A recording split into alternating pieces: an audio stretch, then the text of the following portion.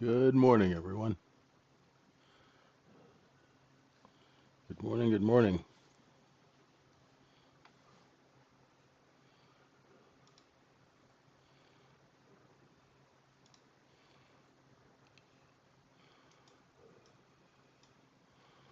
How's everybody doing?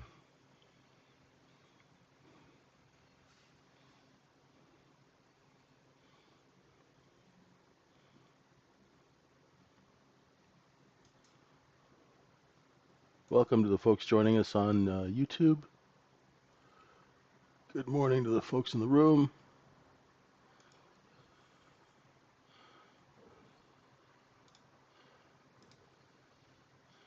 And welcome to the Trading Syndicates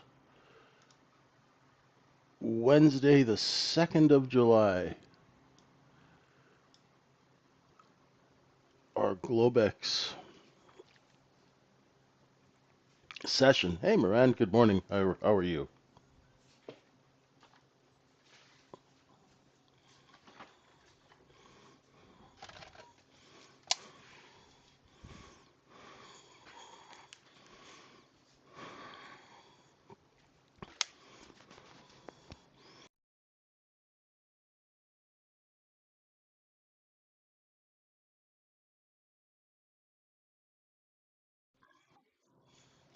Yeah, I've had one coffee. I think I need another one, though. Okay. I don't know. This week, I think next July, I think we should all take this week off. Hey, Beachy, how you doing?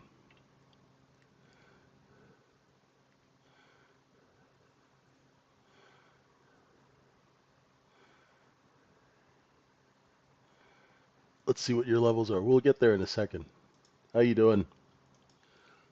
Oh boy. Well, let's start off looking at a little bit of a larger time frame on the daily. It is very balanced. We're kind of just took out the high of the week. But if I go and I stick in all the evening sessions, you'll see that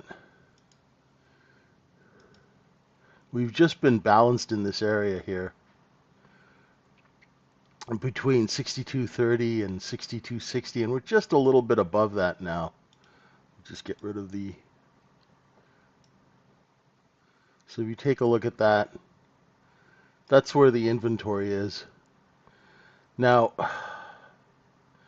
something that does happen, it's not guaranteed, but if you have inventory here and you have price above the inventory, so price is here, the inventory is here.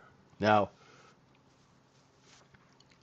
the likelihood is to do this and mark it up into the 4th, which is Friday, and tomorrow is the last trading day of the week, right? So for all you short sellers, right, it might be a slow grind up before you actually get any liquidation, which is not what you want to hear. I apologize for that, but that's just the way it is, right? Nobody really has a reason to sell this market yet, right? Swing traders won't sell unless, they start seeing some liquidation, some competitive selling.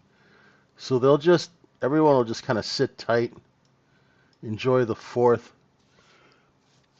And then hopefully after the 4th, we start to get some liquidation because right now we're getting into, I've got 62.72 as an all-time high, and I think that figure is wrong. It might be in the 62.80s.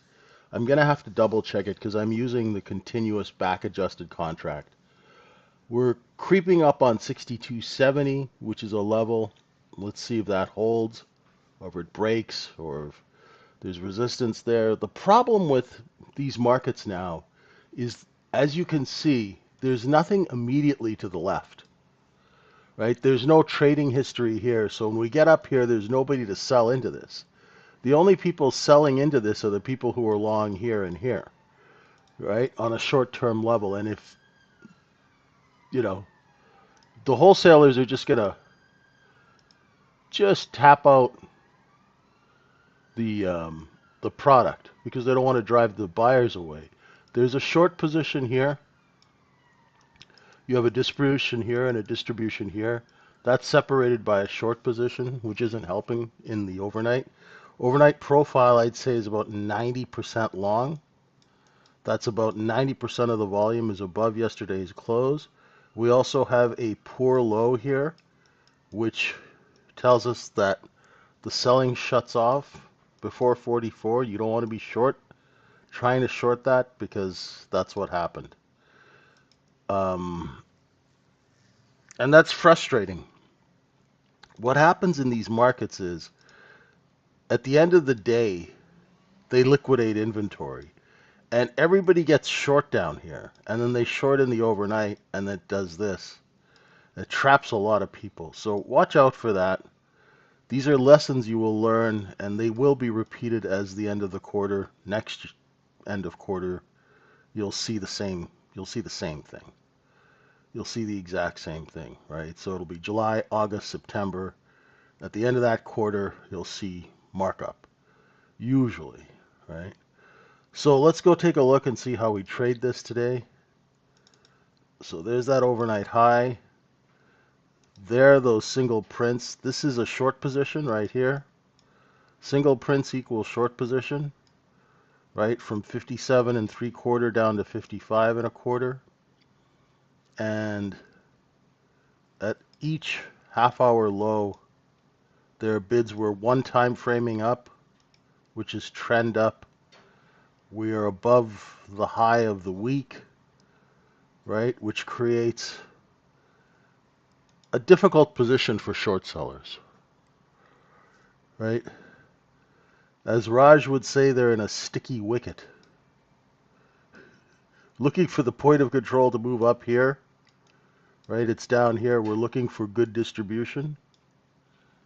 And let me go show you the levels I have for... I have 62.60 quarter to 3 3/4 for my balance. It's not the greatest balance. I may have to redo it, but it seems to be working.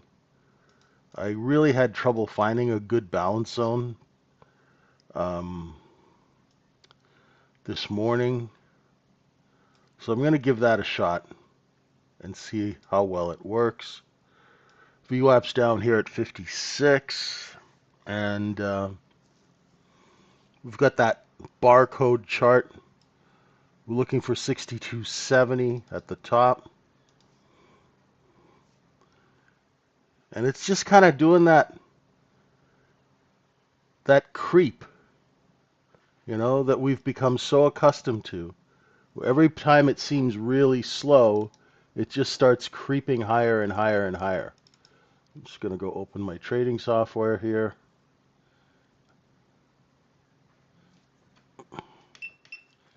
For my other Sierra account. Run some test trades. So we've basically, we've done our setup. We're ready to go. Now we just have to wait for a trade to present itself so we can jump all over it.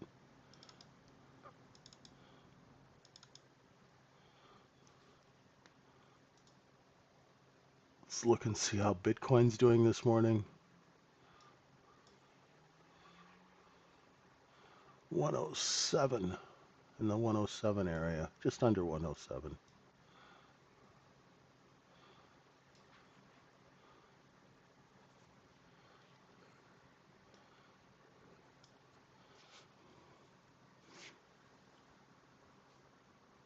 Yeah, it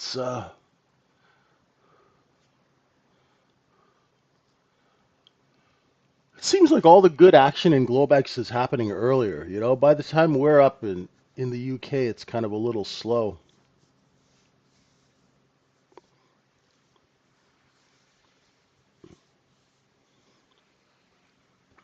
Cool.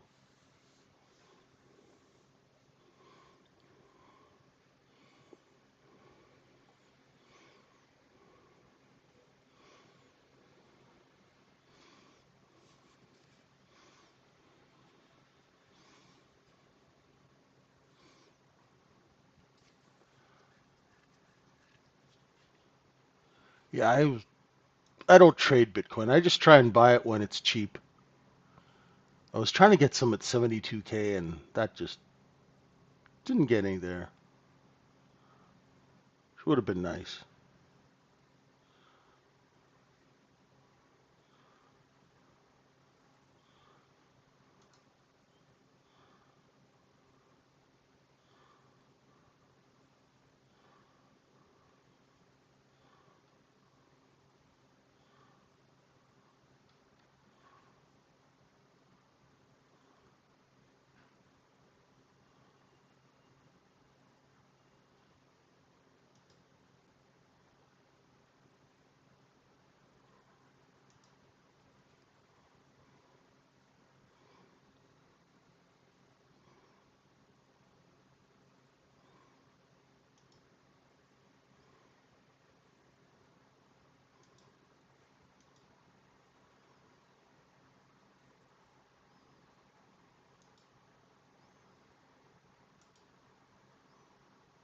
Let's see.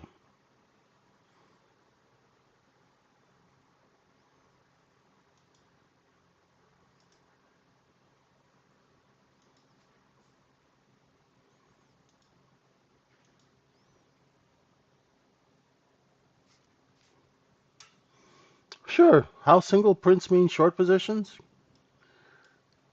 You see, this is the old high, right, Mishi? At 55? So anybody who's short will have that high as their stop, right? And larger traders, well, they don't use hard stops. So when the market takes out that high, it triggers buying because it goes and it trips buy orders. So the market goes up. Then what happens is when the market comes back down to that area, you'll see the D and E low are just right before that little box. That's where the shorts are trapped because that's where they're bid to cover. So that's the mechanical aspect of single prints.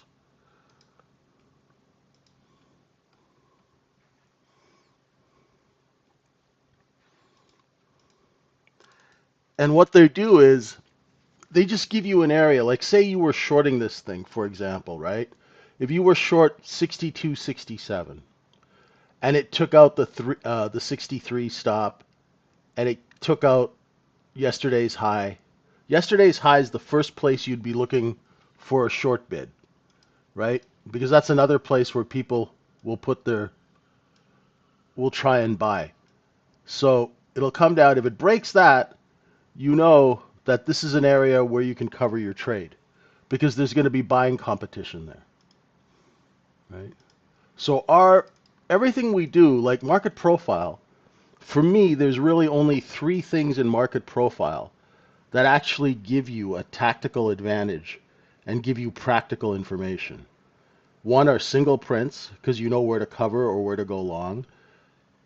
The other one are poor high, poor low. You know not to short a poor low, not to buy a poor high, right? So that's practical information you can use, right? And the third one is where's the inventory? So is the inventory above us or below us? And that's what they call the value area. So those are three practical things that you can take from market profile and actually use it to make money. The rest of the stuff that market profile teaches is great, but it's a little esoteric. It's a little verbose, and it doesn't actually help you make any money for trade positioning, right? We want information that a retail trader can use in a practical way. Otherwise, what's the point of having all this information if it doesn't give you an edge or keep you in execution mode? You know what I mean?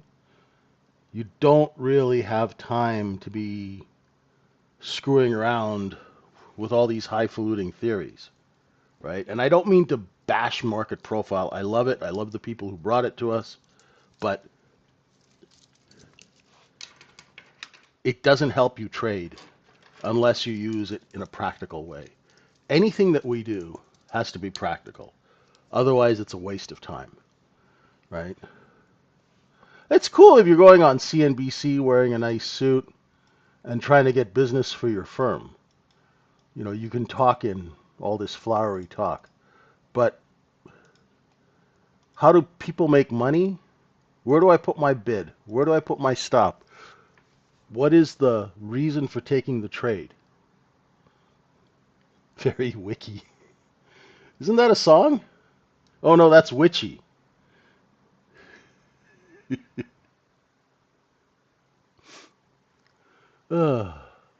Levels are working. So 72 and 62.70 at 3/4 worked. Tagged it to the tick, right? That's okay. And we're just kind of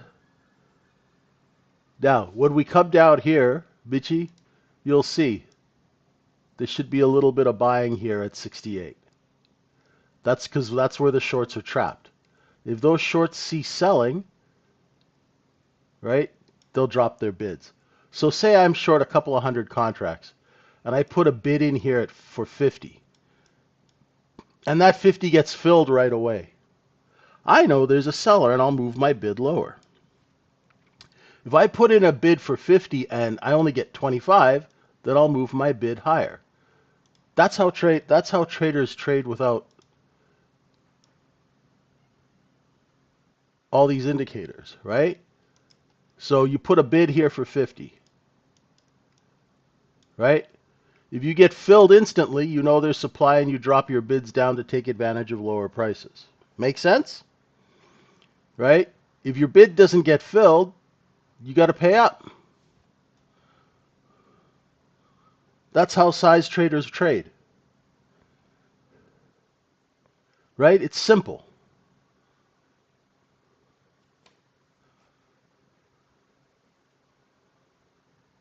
But we as retail traders, you're not going to put up a 50 bid for E-mini contracts, right?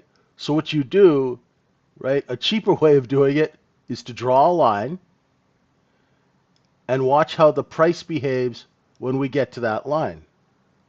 Do we go underneath that line and come back up? Do we stop? Or do we just tear right through it? Right? That's how you watch a level, and it'll tell you the order flow at that level. Right? It can't get any more simple than that. And that's how people have been trading for centuries, right? You watch a level. Does the market come to the level and stop? Does it go to the level, break through it, and then come back up over it? Or does it just rip right through it? And that tells you the three kinds of orders that are existing at that level.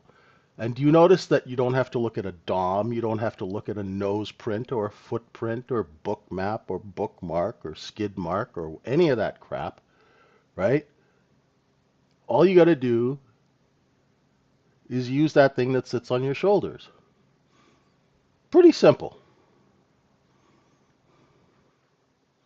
So now you can see that there are buy orders underneath 68. Right? When those buy orders see sellers, they will drop the price that they're willing to pay. If they see that there's no supply, they will increase the price that they are willing to pay. How do you tell? You watch this red line called the offer. If the offer is moving higher, it means the market has seen buyers. If the offer is moving lower, the offer is also known as the ask. Right? Don't even bother using the DOM. It's a waste of time. It's a massive waste of time. You know why? Because if I was a size trader and I was putting orders in on the DOM, I would trade thousands of contracts around you and you wouldn't even know what the hell's going on. Because no size trader is ever going to reveal what they're doing on the depth of market. That would be career suicide. Right? So use it to put your orders in. Right? But if the offer is moving higher, it means that buyers are being seen. Right? Because the sellers, their software senses the order flow and will lift. If the sellers see that there's not as many buyers and they need to compete, the offer will move down. So, where's the practical takeaway from this? Never short a market where the offer is moving up. Never buy a market where the offer is moving down. Simple. Simple, practical. No expensive software, right? And you're not wasting your time looking at stuff that you don't understand. Because, listen, if I was trying to buy a large position, right, I wouldn't put a large bid there.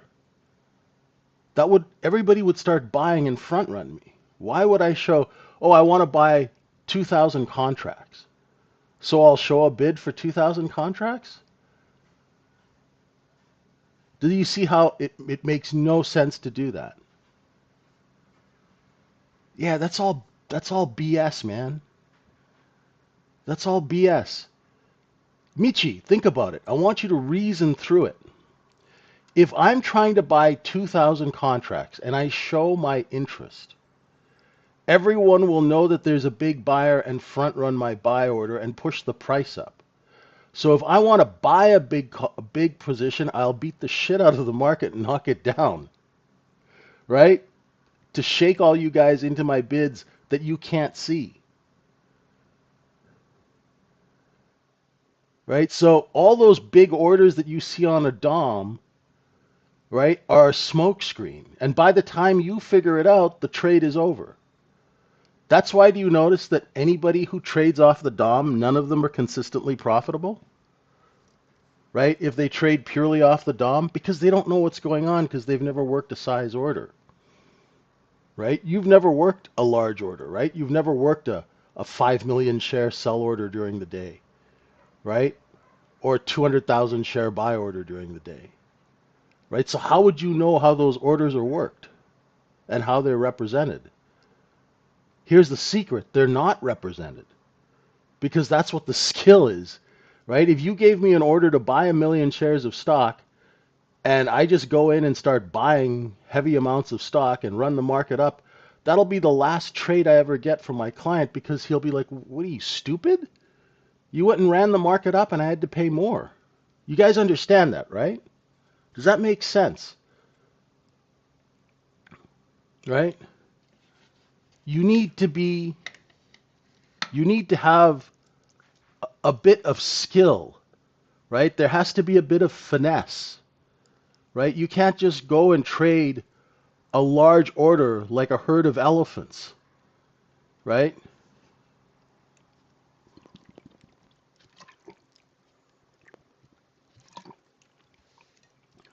Right?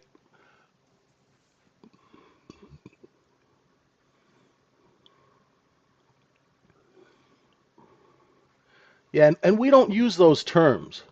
I don't know where you guys get this iceberg slicing and dicing and julienne and it slices, it dices, it shreds, right? It's called working an order, just so you know, right? Yeah, in the old days, I was the algo, right? So, for example, if I want to sell 1 million shares of stock and you guys are the buyers, I'll route those orders through so many different ways that you won't know what's hitting you, right? That's why a lot of people will try and sell stock at a price. They'll be offered, and I'll trade around them like 1 million shares. They won't even know what the hell's going on, right? Raj, what are you talking about? Oh, after the filings. Well, yeah, because you have to have some kind of a finesse, right? Otherwise, it's business, right? In business, if people know what your intentions are, they'll eat you alive, right? This is not kumbaya, right? Not every You don't sit around and sing campfire songs. It's one of the most horribly, you know, vicious businesses to be in, right? Hey, John, good morning, good evening, right? That's why the 1 minute chart tells you what the transactions are. The TPO chart as well, but the 1 minute is so clear, right?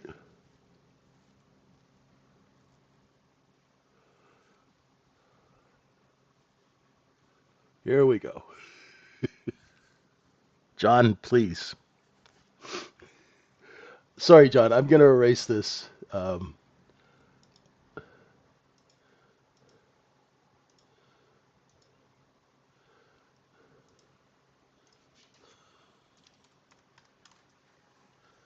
Okay. Yeah. Just keep that out of my room.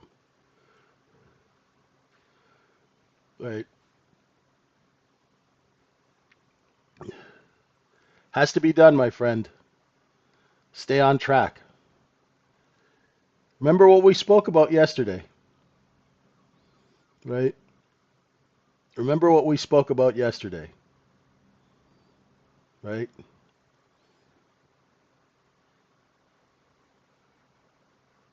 The old Jensen has holes in the floorboard, okay? Frame off restoration.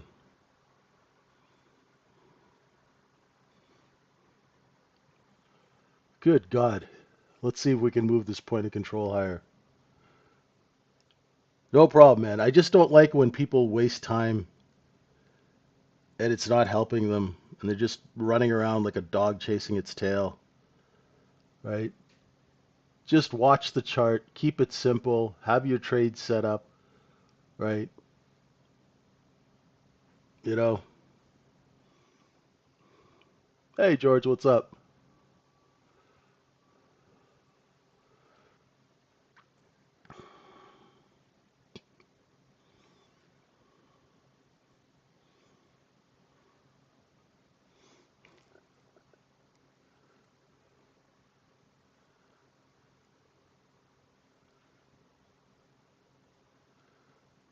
John, I'm not gonna go down this with you because it's completely irrelevant to what you're doing or trying to do, right? It has nothing to do with what you're trying to accomplish. So don't waste your brain power on it and don't waste your time with it, okay? Because none of that is going to help you be a successful trader,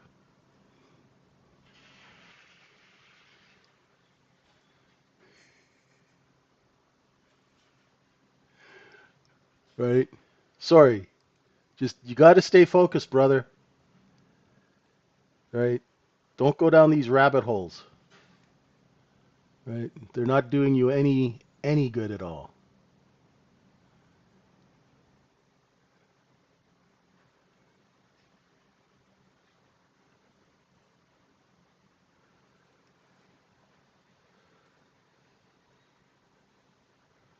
All right. Slowly creeping up on 62.70. There's no trade here, in case you're wondering. There's absolutely nothing to be done here at this time. Let's see, London's going to open now. Let's see if we get any kind of liquidation lower. If we don't, they'll go put in a new overnight high. Here we go. 2 ticks. Wow. 4 ticks.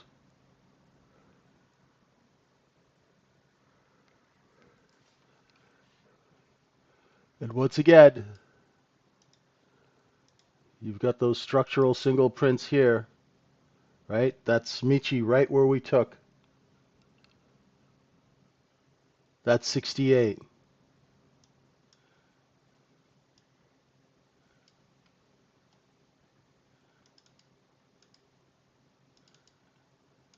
That's why the market's bid there.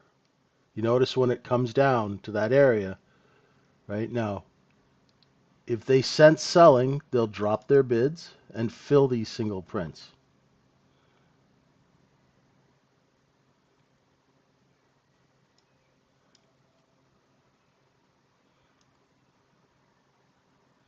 See, they come down, the offer lifts, right? That's what you should be paying attention to, right? No iceberg lettuce. Watch the frickin' offer. Pay attention and focus, right? Watching that will actually help you improve because you will start seeing why price moves. right? Price moves higher when buyers enter the market. The offer will lift, right? If sellers have to compete that red line, the offer will move lower to capture the buying. That's all there is to it.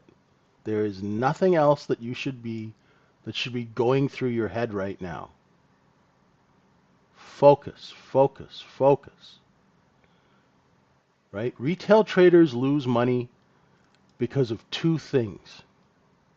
Actually, three things. First, they've got a head full of just useless crap.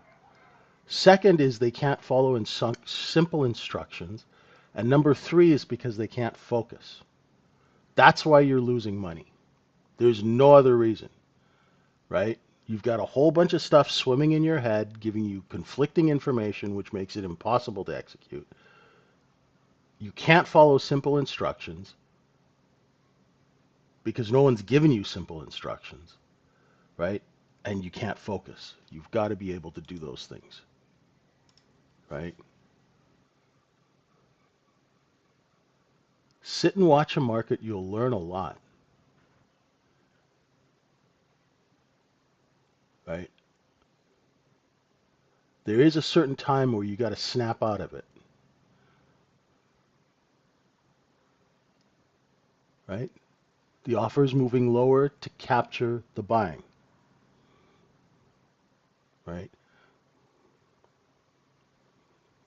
Right? As the offer moves lower, it means that sellers are competing, right? There's not just one seller in a market. They compete, right? So this back and forth that you see with the candles like this chop, where it's going like this, that's because it's 3 o'clock in the morning. The order flow is not smooth and consistent. So the buyers aren't coming in a smooth manner. It's like a little bit of buying and then it stops, and then a little bit of buying and then it stops, right? And that causes that jerky back and forth, right? So you don't trade that. What we're looking for is a look above and fail of 62.70, right, for a short. But what I'm looking for now is if we hold price steady, it will attract buying and we'll go put in a new high, right? So now we just sit and watch for those scenarios to take place, right?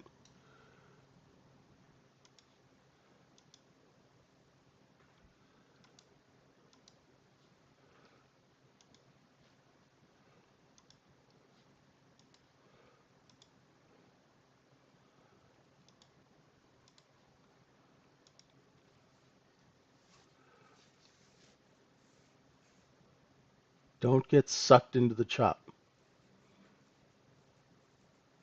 right? This is a pickpocket market, and it has been, and tomorrow will probably even be slower, right? As the fourth comes around.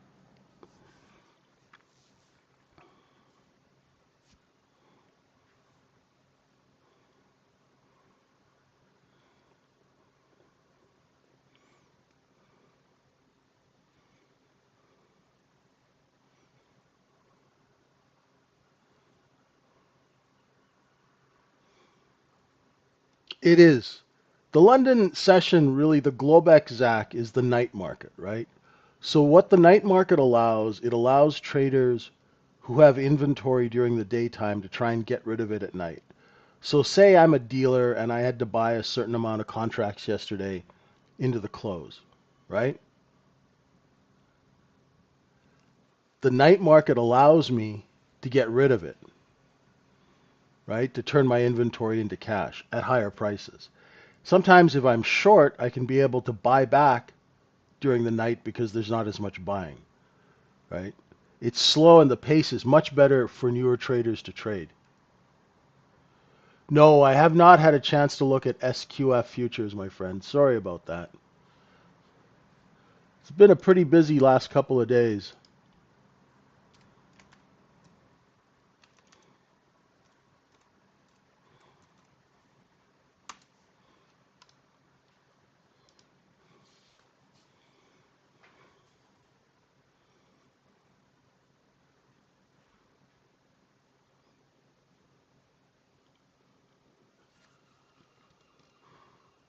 You said it was a new product, right?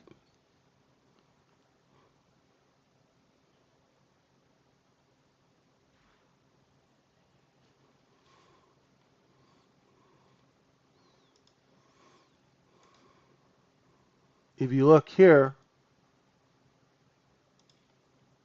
this little area was the accumulation. There's the distribution. Note when we come to that area, we stop selling and the offer tries to lift, right? So this is a mini cost basis. This is distribution of that cost basis for profit. That's all that there is to it. You can see it really clearly on the candles.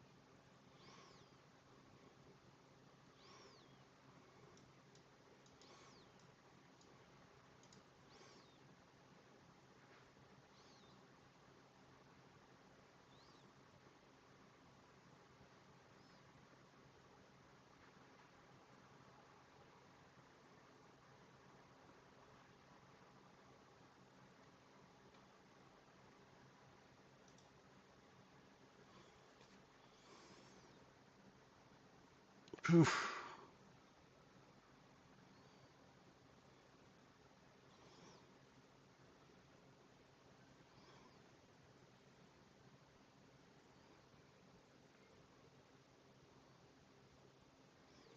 Yeah, generally Globex is not bad trading. It's just this last month end and then with the holiday, it's just been horrible.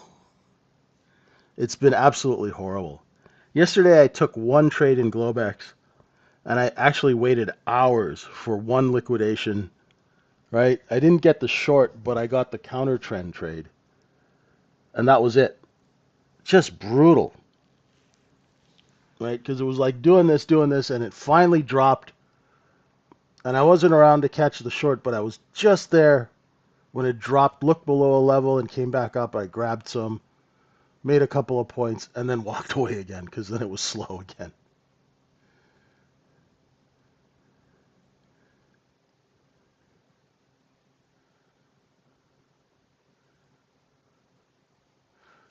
Right? Pay attention to where the sellers are. Right? Right there. So say, for example, if you are a scalper and you're scalping long, right? And you know that there's a seller there and you buy 68, you know that you're going to have to price compete there, right? If you want to keep a runner, put the runner there, but make sure you sell into strength before somebody steals your client, your customer. When you're long, you're a merchant. When you're short, you're a buyer, right? In this market too, with this chop, as soon as you enter a position, put your exit targets in so you get in line because the moves don't last very long, right? They're choppy, right? So you want to make sure that you get executed so you're not running around chasing this thing, right? Moving, where do I put my sell order, right? That's why you have to have tactical information off a 1 minute chart, where to put your, so if you example, if you were buying here, right? You'd be buying just under 68, hopefully, right? You'd put your stop under these candles, right? Because that's where the bids are. And then you'd put your sell orders here, right? Now I'm just using this as an example. It's a shitty range, excuse my language, right? But as soon as you put your buy in, you put your stop in, and then you put your sell orders in. So when the market goes up, it takes you down. Oh, because right now, if you hadn't done that, if you didn't sell into strength, look where you are now, right? The move only lasts sometimes for 30 seconds. So you're going to trade Understand the environment that you're trading in. Have some situational awareness of the business that is taking place at the time you were trying to do business. Right? Don't trade in a vacuum. Right? That's why trading books, while they're great, don't give you any kind of awareness of order flow. The other thing they don't give you is any sort of sense of urgency, right? If you're going to trade in a choppy market, you have to have a sense of urgency. You can't just put in an order and then hope it goes up, and if it doesn't go up, you complain that you didn't get out. If you were on a floor and you were both selling, if two or three people were standing on a floor, you'll be damn sure that somebody would elbow you out of the way to catch the order before you get it. That gives you a sense of urgency, right? And you can't get a sense of urgency from the chart.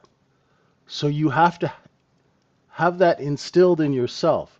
So if you buy something, put your sell order out. And if that sell order does not get executed, lower it, right? Otherwise, the market's going to do this and come back, and those people who have their stop at break even, why are you even doing business? Right? So don't ever put your stop at break even. What's the point of putting your stop at break even? At least put it up a couple of ticks so you can pay for your commissions. Nobody does business to break even. Does that make sense? Just little things while it's slow that that you guys should be aware of. Right?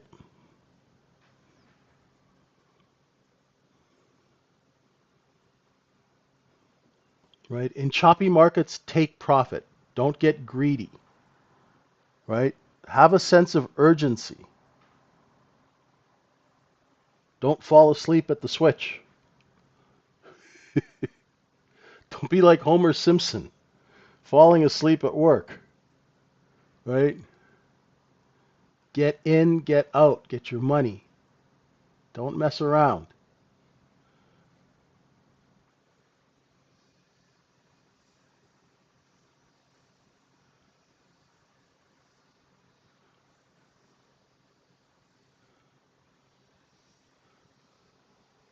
Hopefully it's helpful.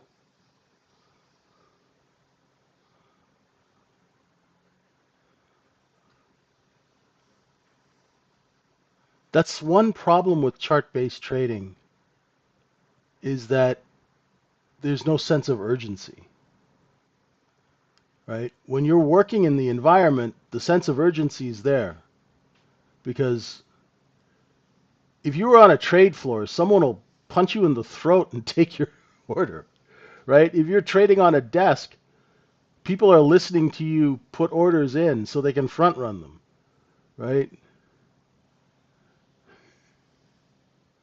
Yeah, that's why a lot of brokers, when they would take orders from their clients, they would go under their desks so nobody could hear them. Right now we're coming back into this cost basis. Look for bids at 60, 62, 65, right? Which is right here.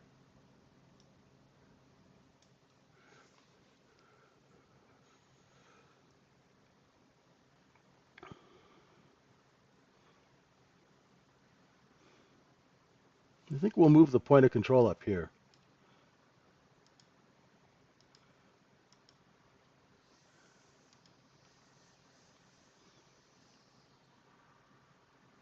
What is it? 1,226 contracts.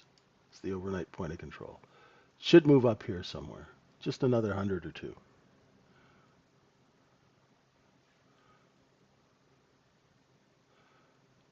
Right? So product, sell the product, put it on sale. Now, if business is really bad, we're going to take out that 65. See, there's 65, right?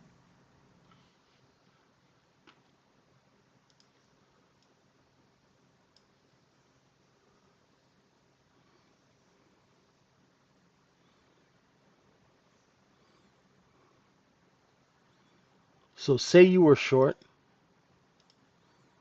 right? Say you were short.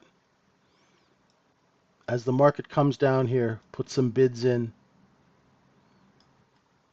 and see if you can cover. If you want to hold a runner, your runner bid should be 63 and 3/4, right? And let the market come down and hit it. And if the market can't and you're short, just take the offer. Just take the offer. See how there's responsive buying here?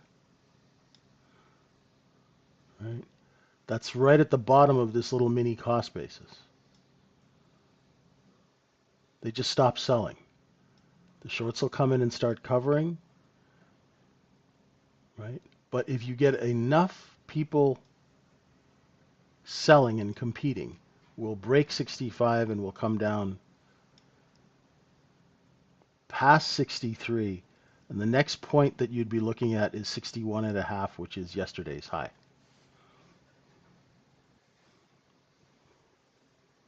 That's pretty much it, ladies and gentlemen. Right? So this is the kind of stuff that we want to teach you in the room at the Trading Syndicate. It helps. All we're trying to do is we're trying to help you make a living, right? We want you to be able to make a couple of bucks and then just go on with your life. Now, if you want to trade, I've helped people get on trade desks, I've helped people set up funds, I've done all of that stuff. But for the most part, most people just want to make a living and pay their bills, right? No drama, right? And that's what we help you do, right? Use the coupon code. It's 25% off. It's 50 cents a day. It's actually less than 50 cents a day to join us, right? And we'll also, if you need help with those funded trader programs like Apex, we'll be happy to help you. We have a lot of people who have passed the evaluations and who are taking money out. I know it's easy to pass the evaluations, but it's actually hard to follow the rules and actually get money out of those firms. We'll help you do that.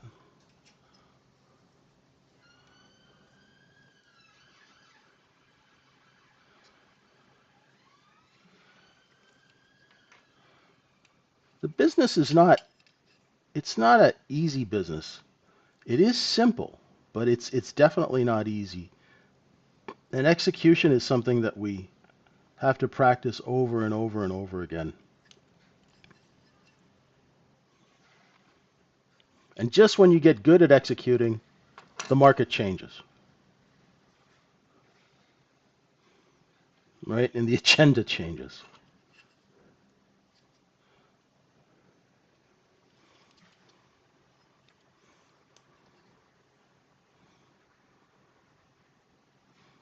Right? So the other thing that we teach you at the Trading Syndicate is how to adapt to change. It's one of the hardest things we have to do. People don't like change, but change is so common in these markets.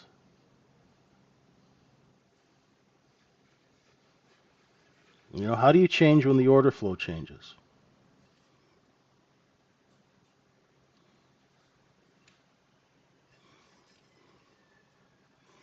How do you adapt? And the biggest thing is, how do you know when not to trade, right? How do you know when not to trade? That's always the toughest one.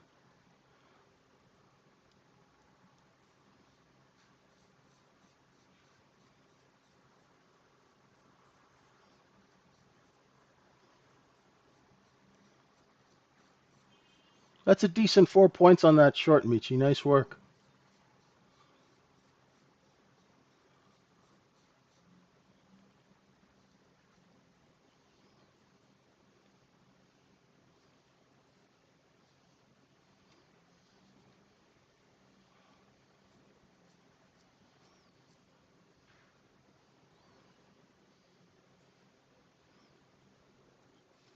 Nicely done. look for where the sellers are, right? If they continue to sell, short with them and cover at points where you know the shorts are going to be bid to cover. That way you can make a buck and get out. You don't have to sit in trades forever.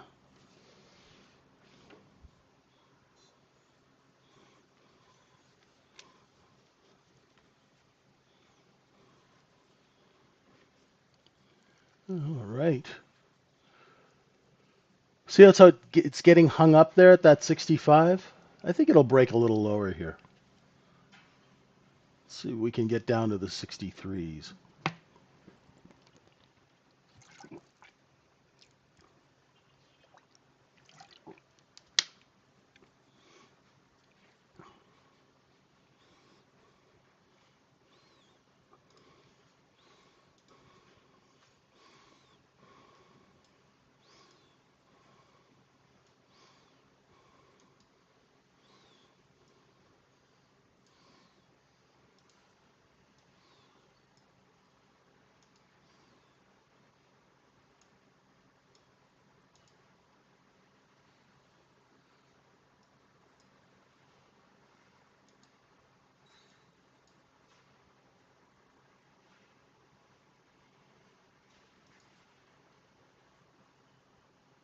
Now I'm looking at this spot quoted futures here.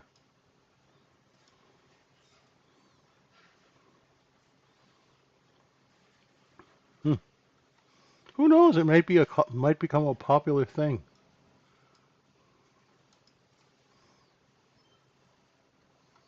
I don't really see the need for it myself for retail trading, but hey, it's always good to have new products, right? New products means new blood, fresh meat.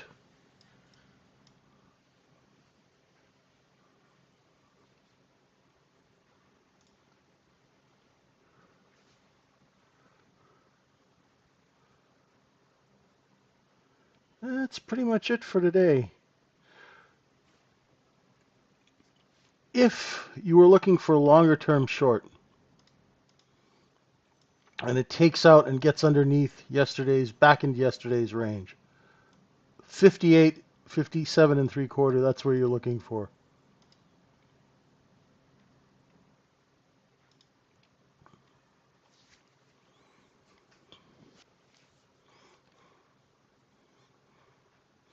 Yeah, if you're short 69, Mishi, I'd take a little profit here.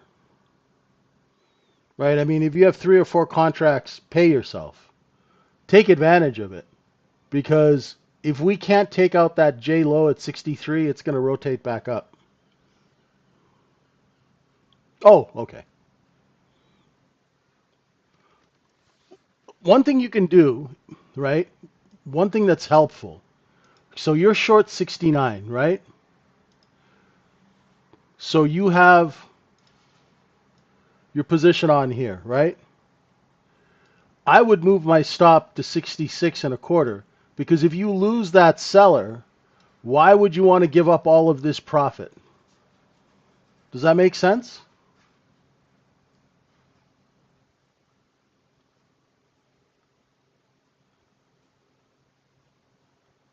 Right? So if you have your stop 2 ticks to break even, it's right here, right? That's a couple of ticks underneath, right? So from 66 to 68, why would you give up all that profit and have the market come all the way back that close to your entry? Do you understand the business? It doesn't make any sense, right? You're short 69. Your current stop is here, right? If you lose this seller here, what's the point in giving up all of this profit and having it come back and take your stop? So this is a way that you could place your stops intelligently, right? Based on the business, not based on, I don't know what they're based on right now. Because you've got a healthy profit. You've got a 4 or 5 point trade on your hands here, right? And then if the market keeps going lower, right? Move your stop down here. Do you see where the sellers are?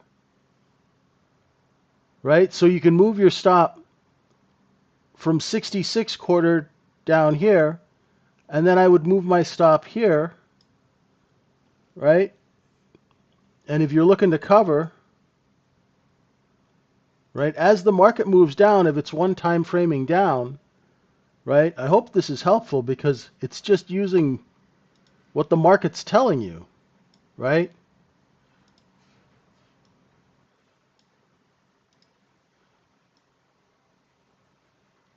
Just keep moving your stop lower and lower and lower.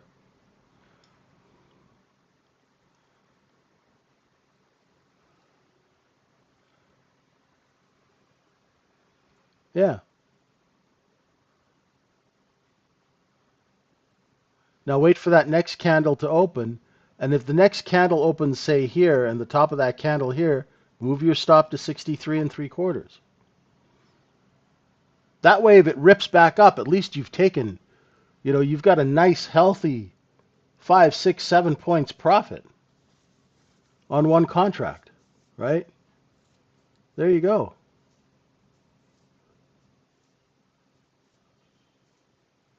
So now move your stop from 64 and 3/4 to 63 and 3/4, right? And this way you're not caught off guard. Like if sometimes, when sometimes in these markets you get a big buy order and the big, huge green candle will come and rip up, this way you avoid that, right? You'll get taken out, take your money and say thank you very much, right?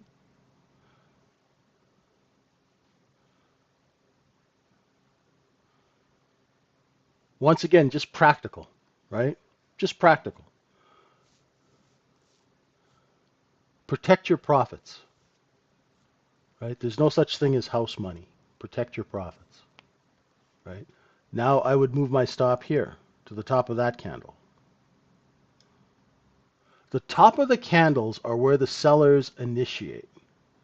If the sellers go away, right? If that seller goes away, it's only because they've seen buyers and they'll move price up, right?